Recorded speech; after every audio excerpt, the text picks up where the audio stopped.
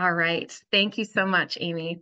Well, again, welcome everyone to Liftoff Summer Learning Series. Let me introduce our featured speaker today, Kate Ryan.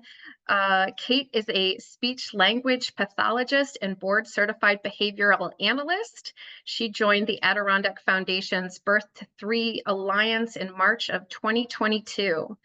Prior to this role, Kate held a long-time position providing early intervention and special education preschool services to young children and their families. Kate holds a master's in speech language pathology and brings valuable knowledge and firsthand experience working with young children and families to the Adirondack Birth to Three Alliance.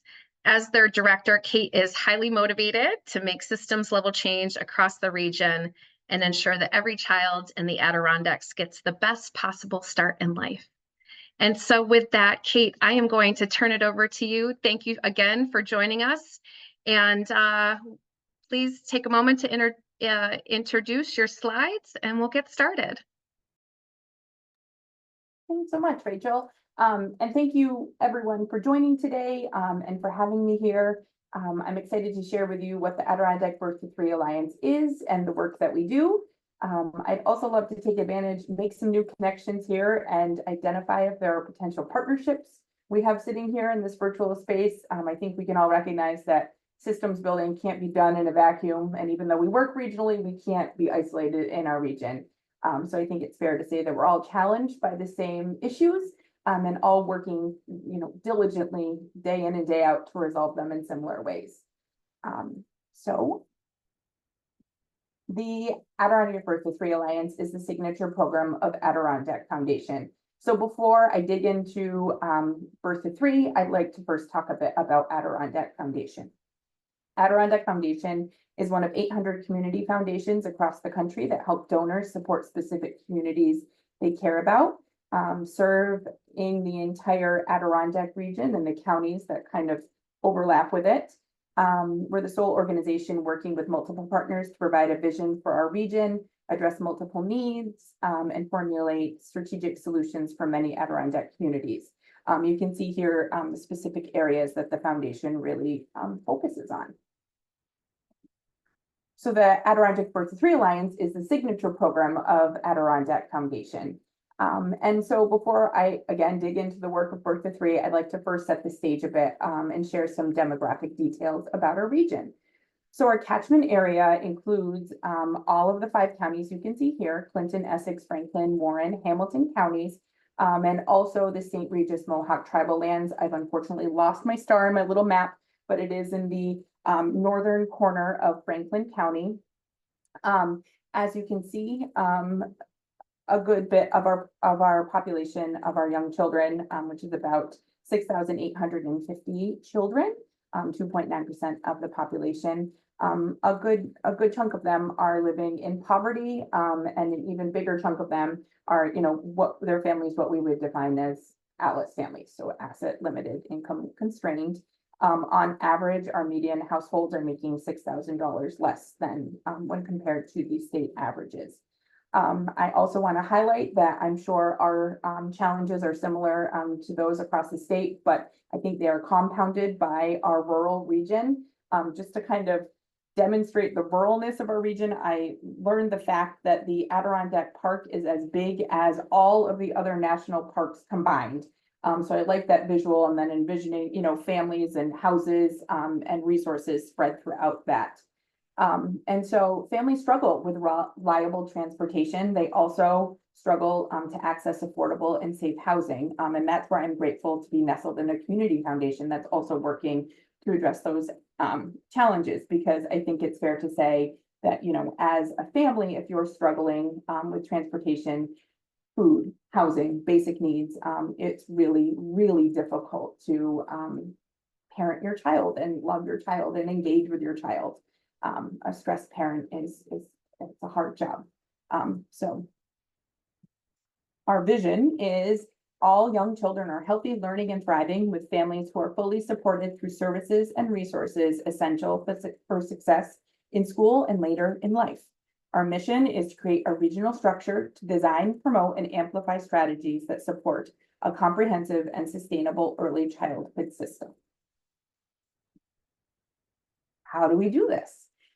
These are our big buckets of the work and the place we hold at Birth to Three. So we convene and we connect. We bring together over 200 individuals in our region meeting together. In fact, we just had our quarterly Birth to Three Alliance meeting today.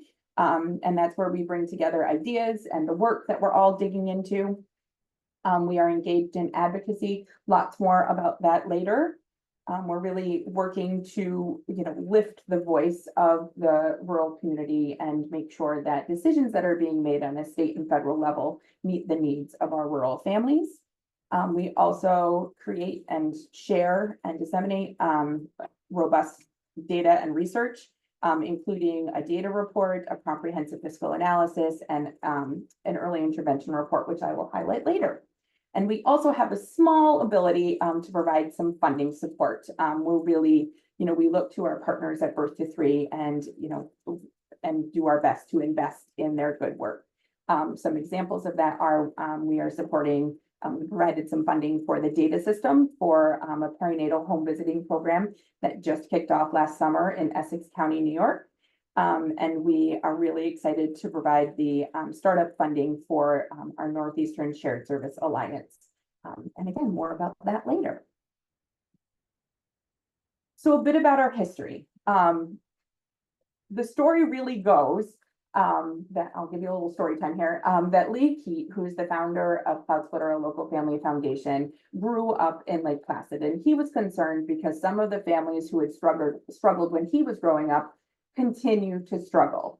And that led to convening people around this issue, digging into doing some data and reporting to really figure out, are our families accessing all of the supports that they potentially could?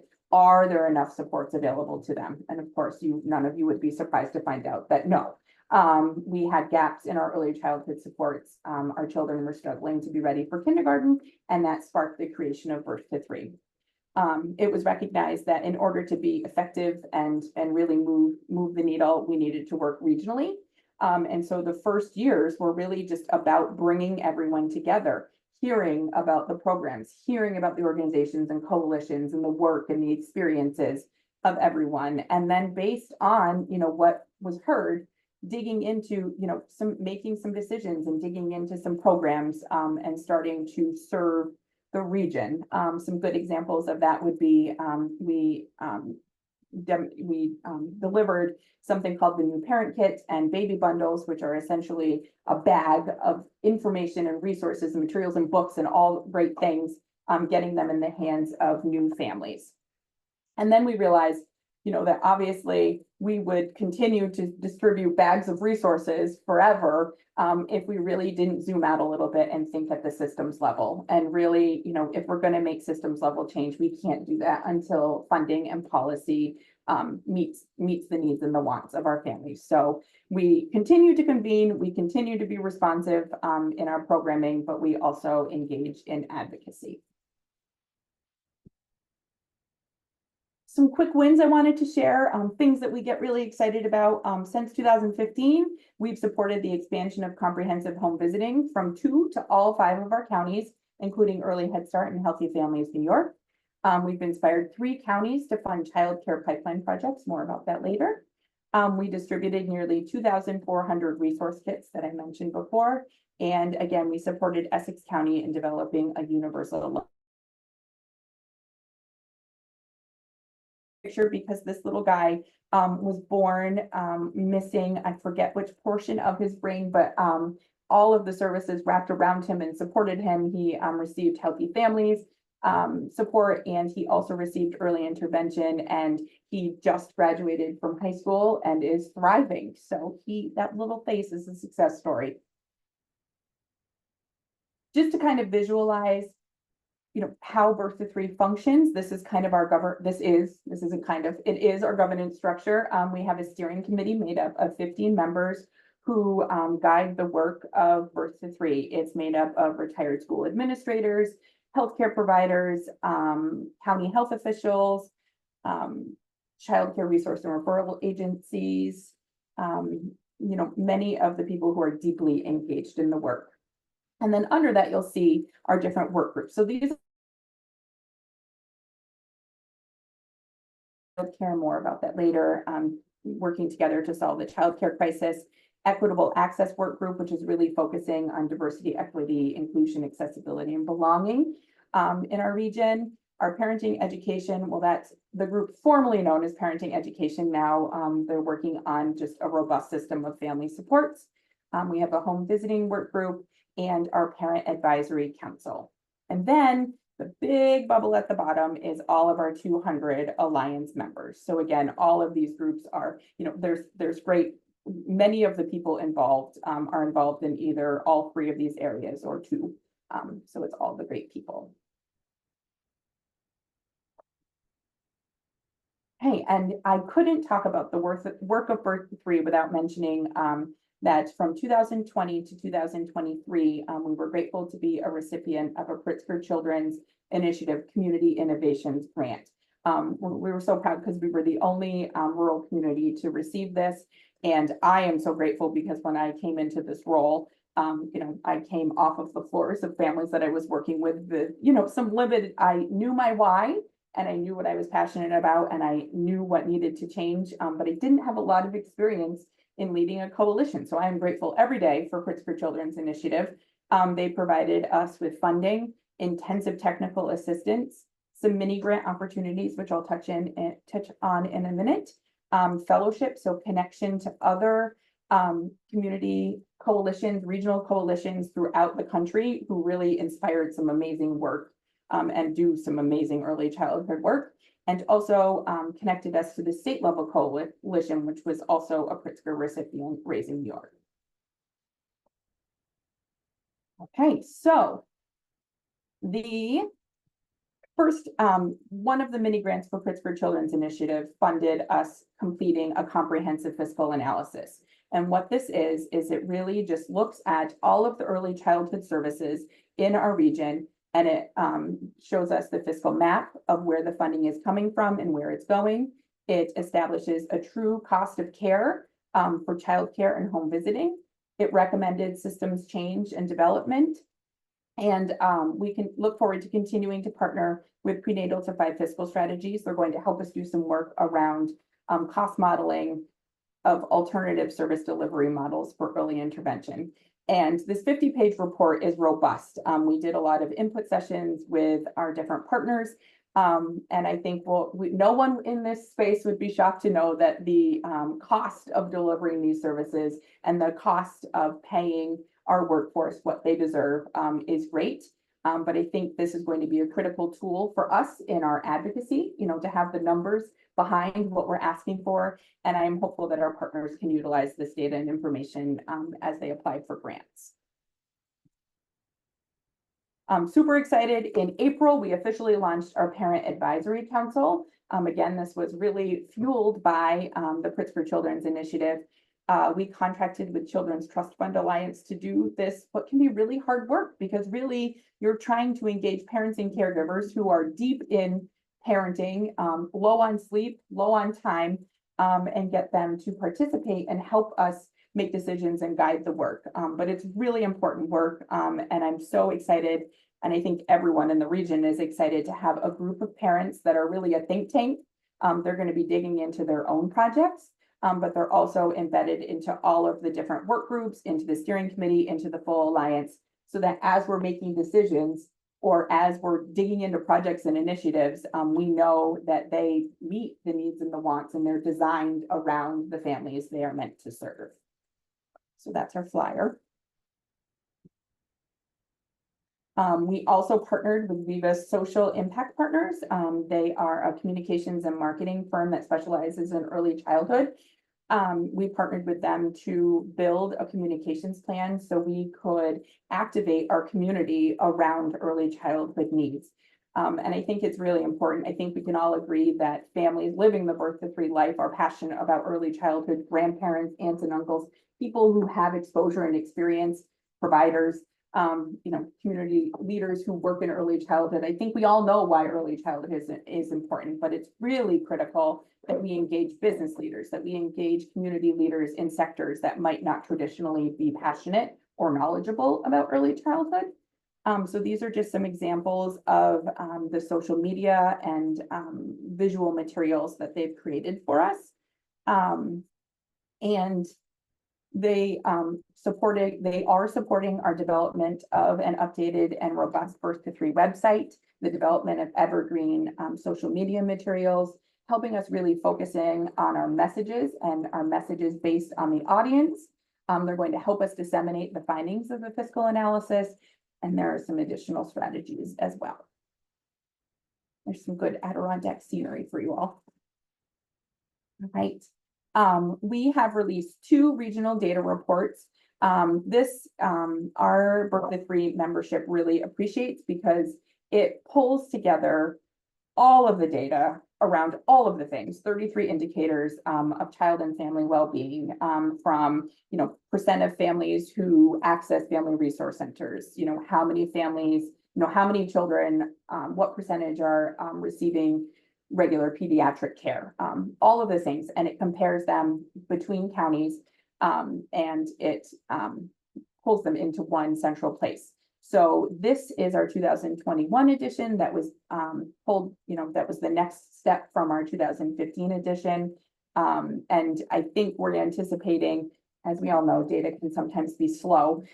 So we are planning to release another edition once the data post-pandemic comes to be available. So that way we can see how our region is doing in these indicators post-COVID.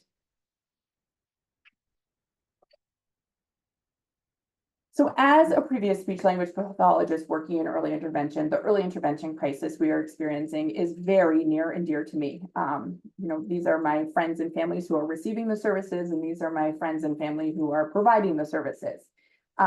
Those of us in the sector, recognize there is a shortage of a workforce and that kids living in the most rural areas in our region, and I think that's reflective of the state, those who are away from population centers were the least likely to get services. But again, much like the fiscal analysis, this data really provides, or this report really provides us the data to support that, that advocacy. The report provides information from partners, specifically those working in early intervention, and also directly relates to our advocacy efforts. Our advocacy efforts have primarily been focused on childcare, but early intervention is quickly becoming our next biggest area of advocacy.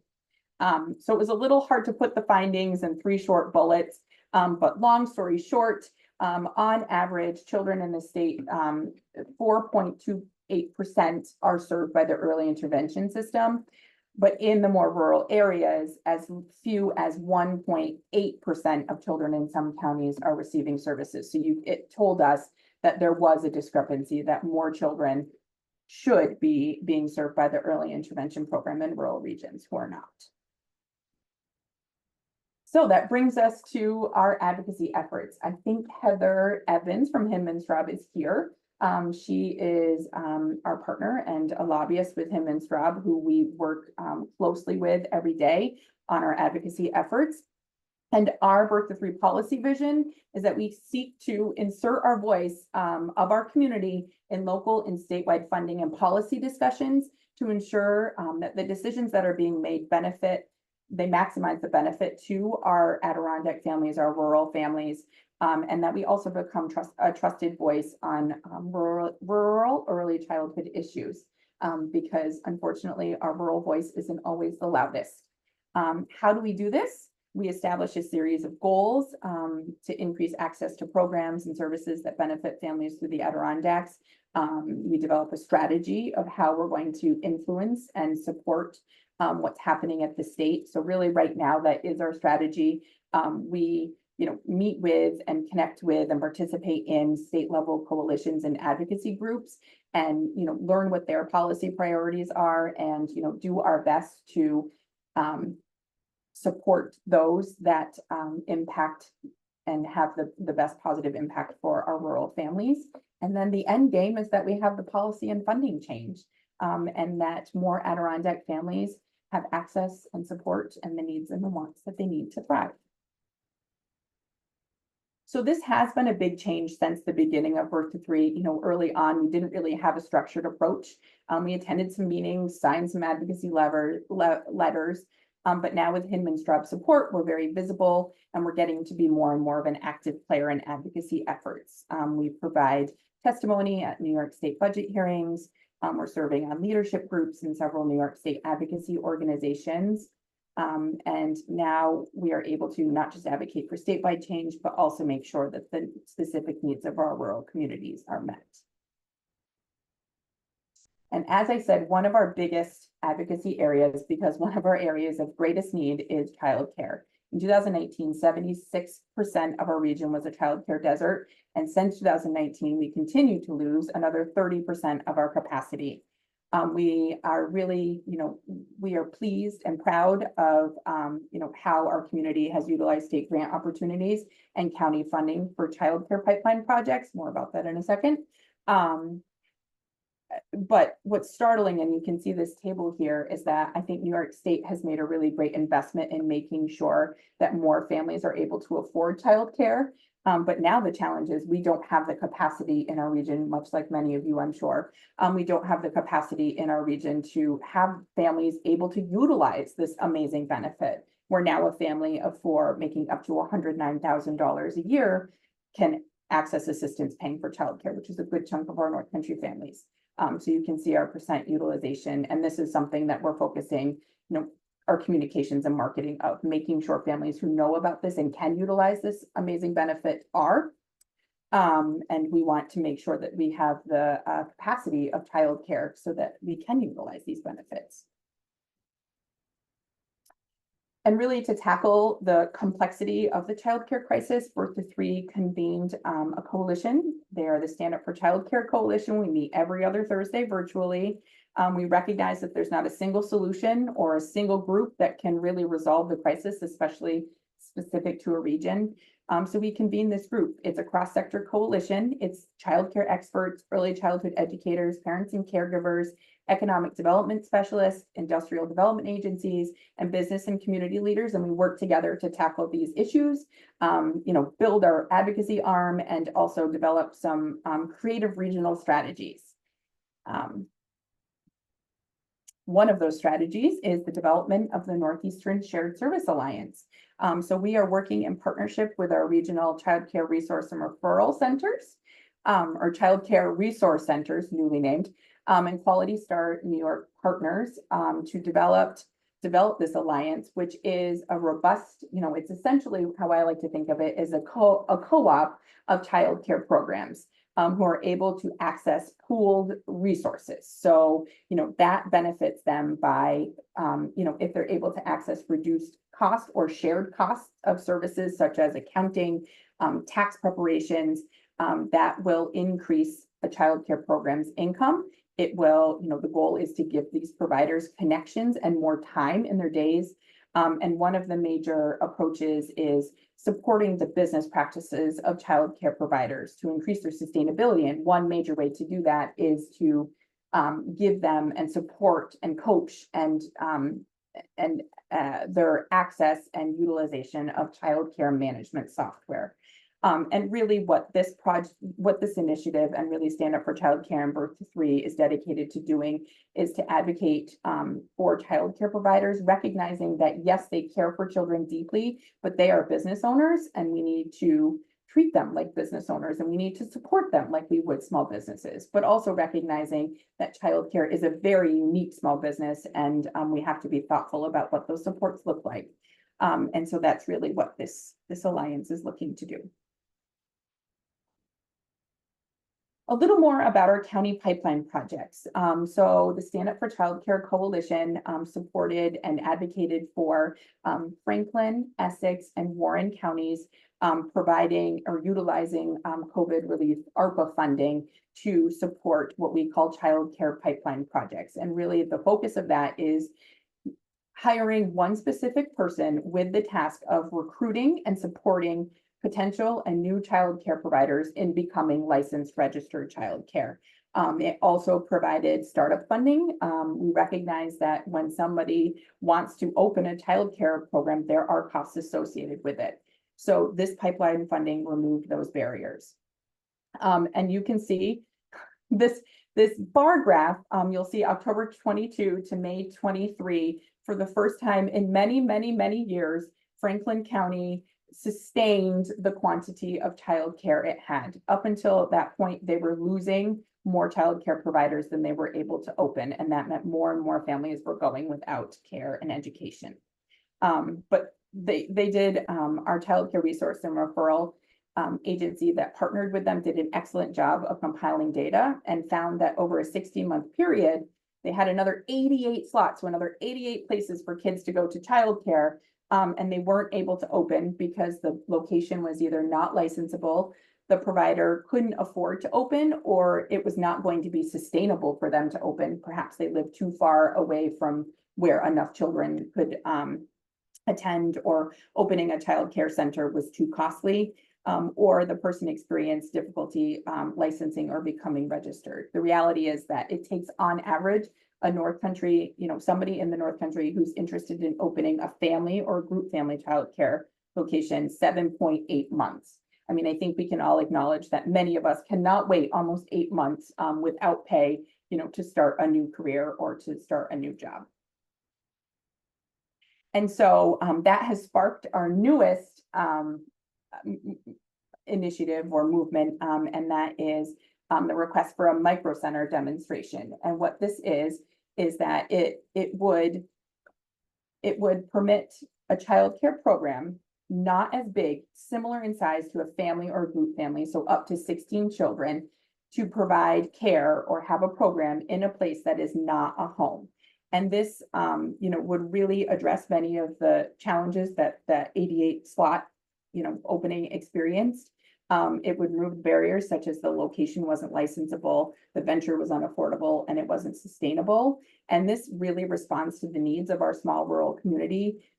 We've had requests made by school districts who said, we have these rooms, we would love to have childcare here. But when you follow child care center regulations, they can't open, it's too costly.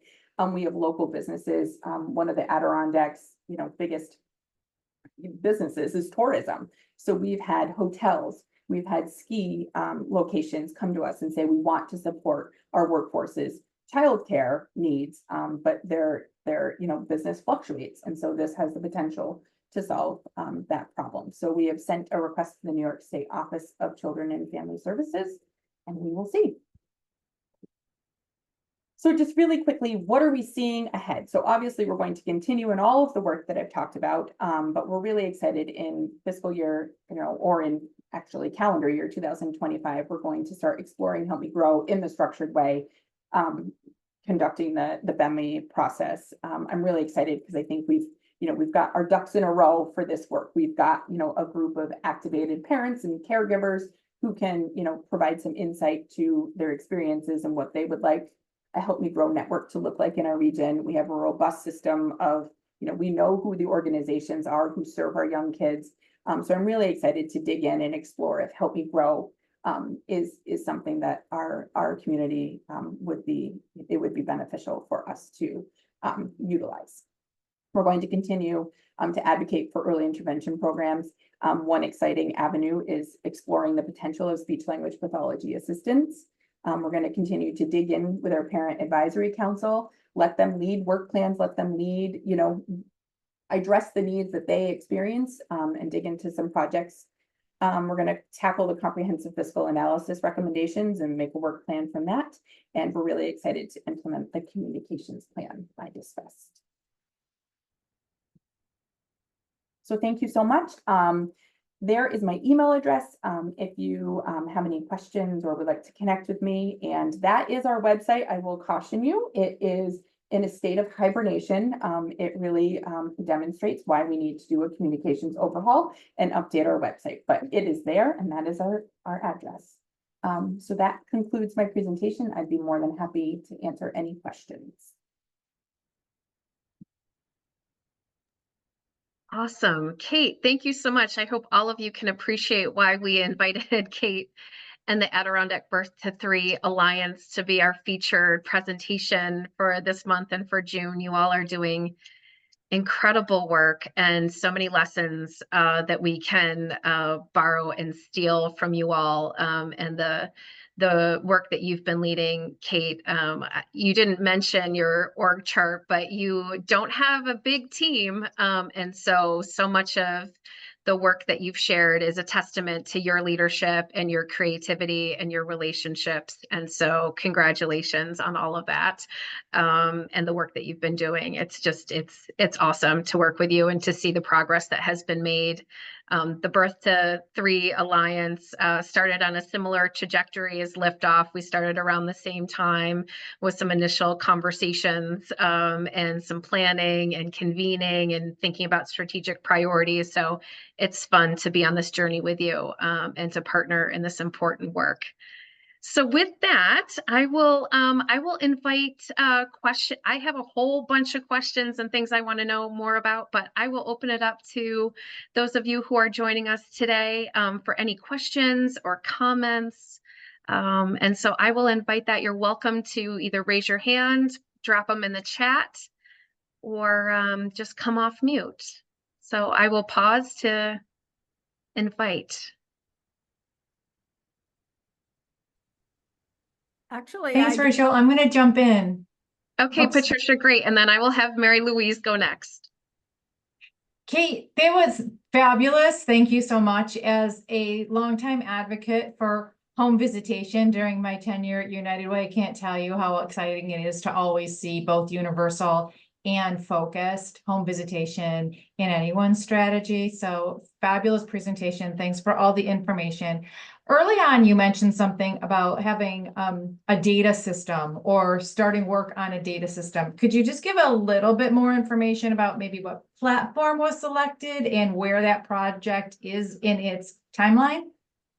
So we are, I think when we're talking data system, I must say, I cannot do this work without, we have nearly a full-time, he is a full-time volunteer, Bob Frawley. I don't know if any of you know him from New York State, but he is, data is his thing. And so he does a great job of connecting, what's happening in the data world at the state level. So that way we're not working duplicatively, that we're not duplicating efforts. So I think, it's been on the radar for a long time. But I think, and I'm hoping that's also what, we're working on this communication strategy with our website and hearing from our partners to talk about, what does it look like? Is it just, not just, but is it a listing of the different data reports that we have throughout the region? Is it more of a platform? Is there a need for a platform? Would we use a platform? Does somebody else already have a platform? So I guess I'll say that, we're aware that it's a need. And I think it's also, I was just at a social safety network convening. The foundation does work in that area. And just to hear, outside of our sector, but to hear like food pantries and other food organizations talk about like their different data and their different wait lists. And it's like, you can just see how it makes so much more sense and why it's so needed to have those data sets in the same place. And so I think that's our vision. I think we're still, it's too early to say, what that's going to look like, but it's on our radar. And I think we identify it as important. And we're also thinking about it with our shared service alliance. Like, how can we, as the hub, compile the data about, how our programs are doing and, how, both impact and, to support our partners.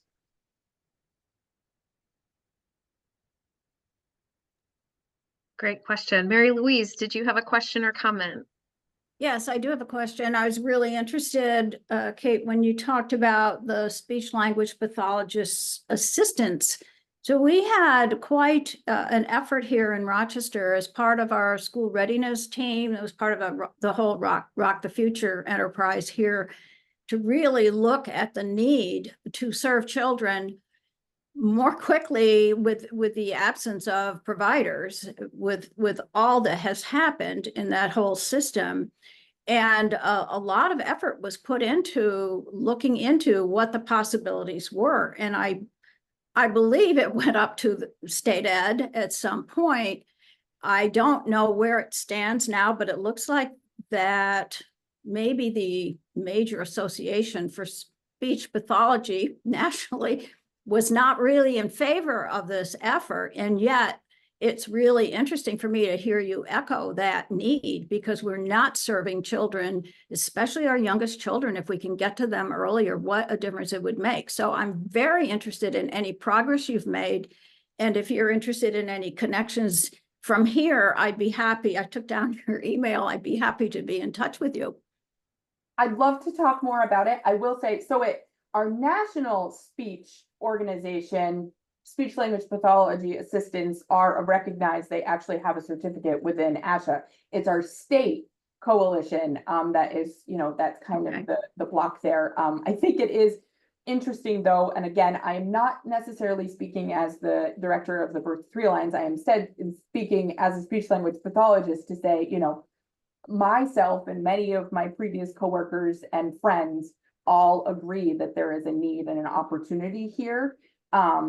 Just experientially, I mean, it's a very intense program. And, when you're thinking about an 18-year-old or a 20-year-old to say, I don't know if I want to commit 6 years of my life to this, to think that we could create a ladder for the field, that we could, provide an opportunity, for someone who's been an SLP for many years to have a supervisory role, maybe get up off the floors, and to really, because it's, a pretty linear career trajectory. But also I think we just need to, think through, I think there's a lot to think about, and I'll probably ask Heather if she's available to talk, because she can speak more at the state level about what's happening. But, just on a personal, professional, I think we just need to build our capacity. We need to improve, kind of access to the field. And I think, we all acknowledge that the best for development for children is time spent with development and supporting them and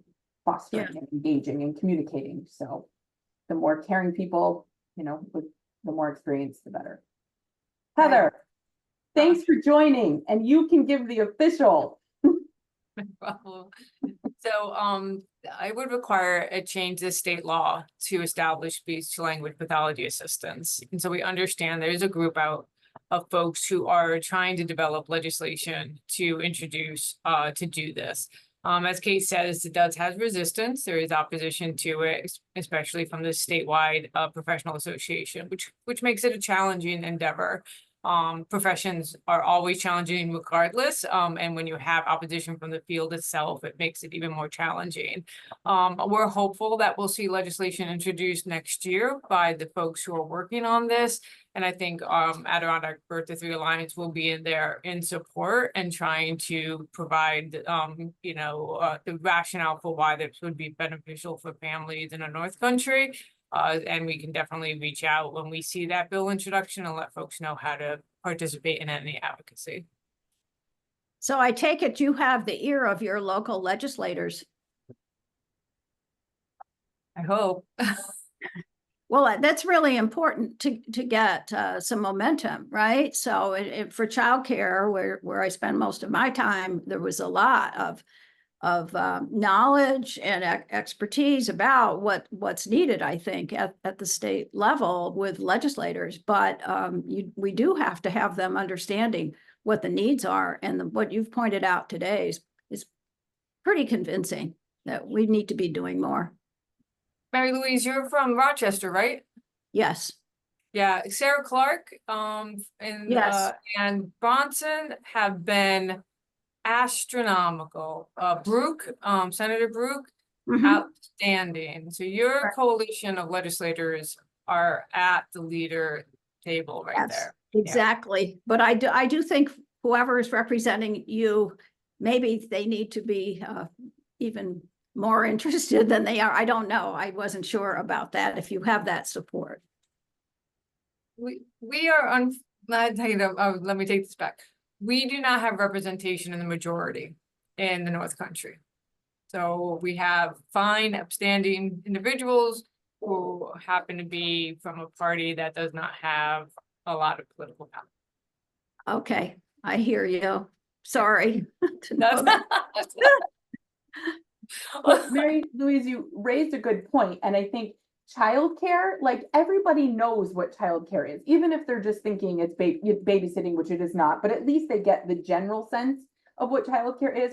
Early intervention isn't that clean in how sorry, my working from home partner, isn't as clean to describe. And so we're, I think that's part of the strategy is just talking about what early intervention is and why it matters and why, how, I'm sorry.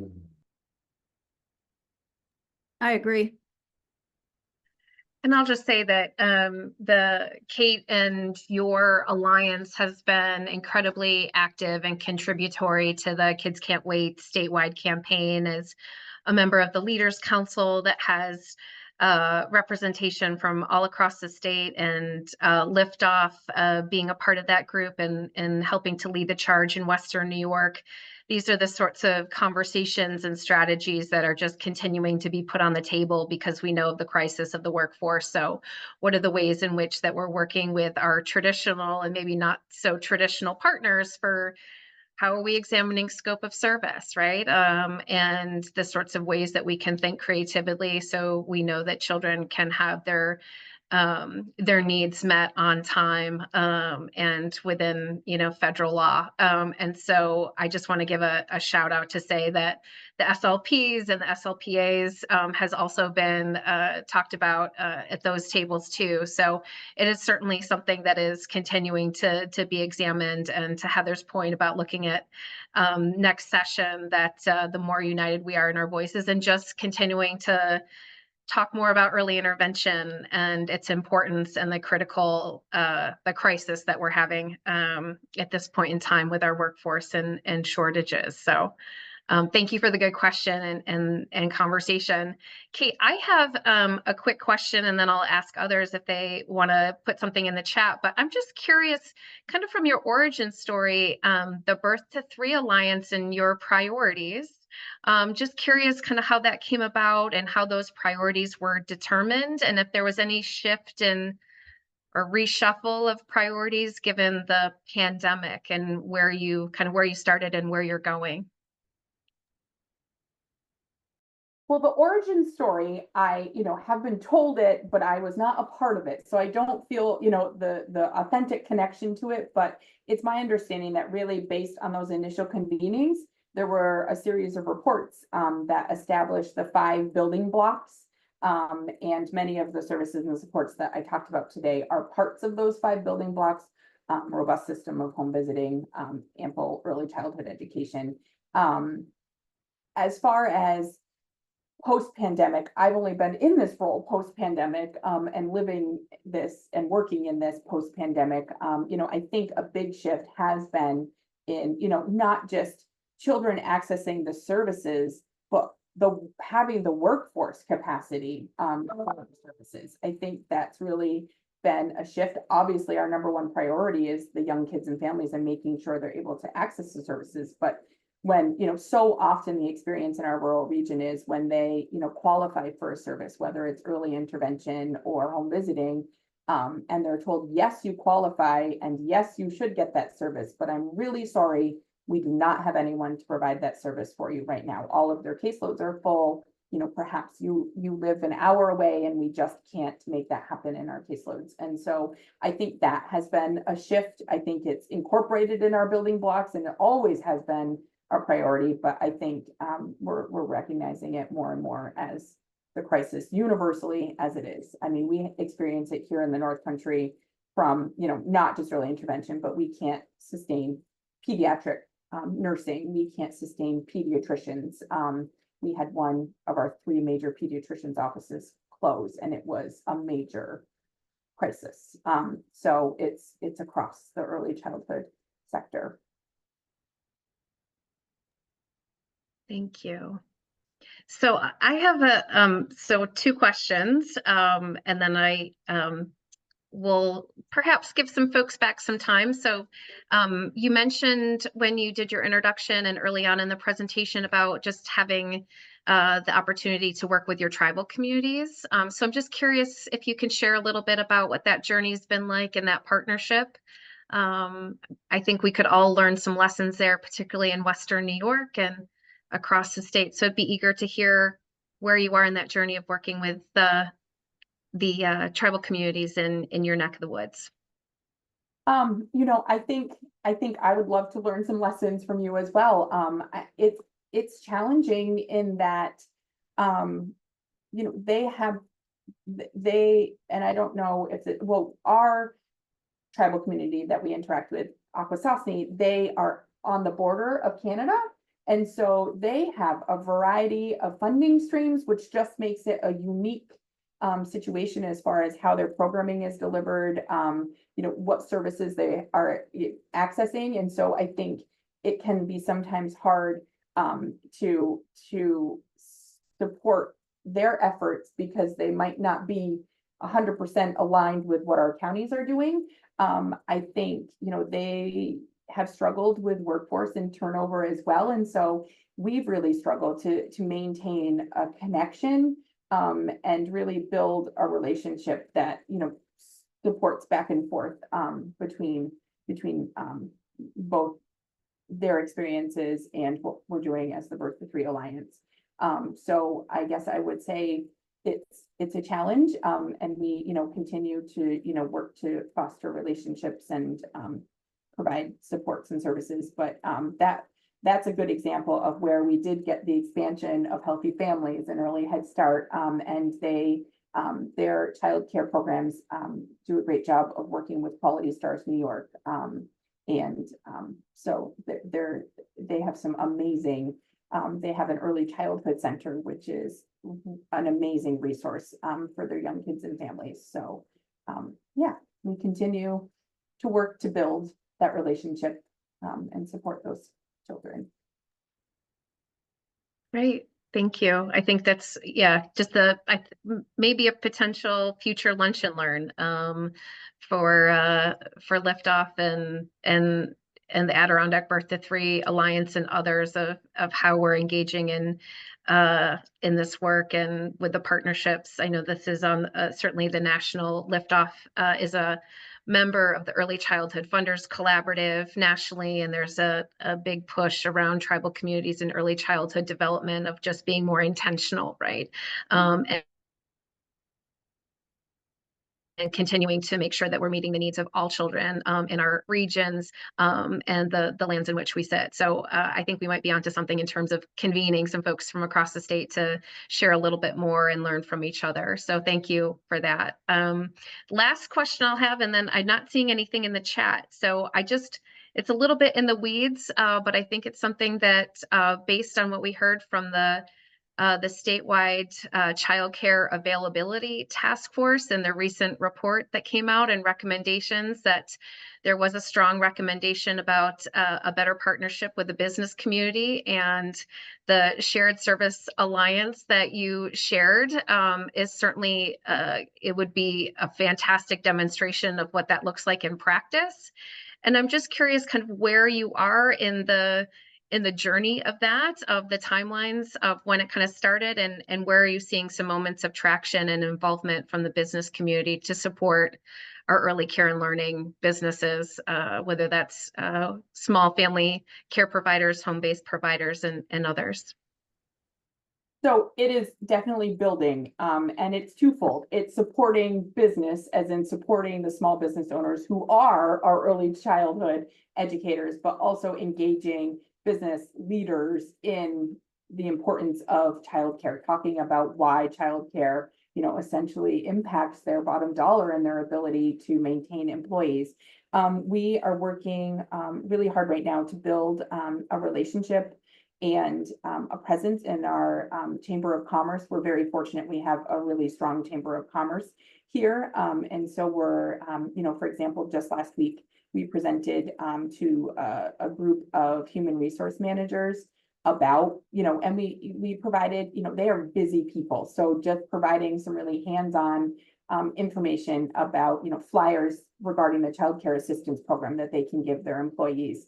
You know, and then starting with that, but then building into, you know, we really need you to also help us advocate, you know, our legislators and our, you know, leaders know that we prioritize childcare and early childhood, but making sure that, you know, there's a diverse voice being heard.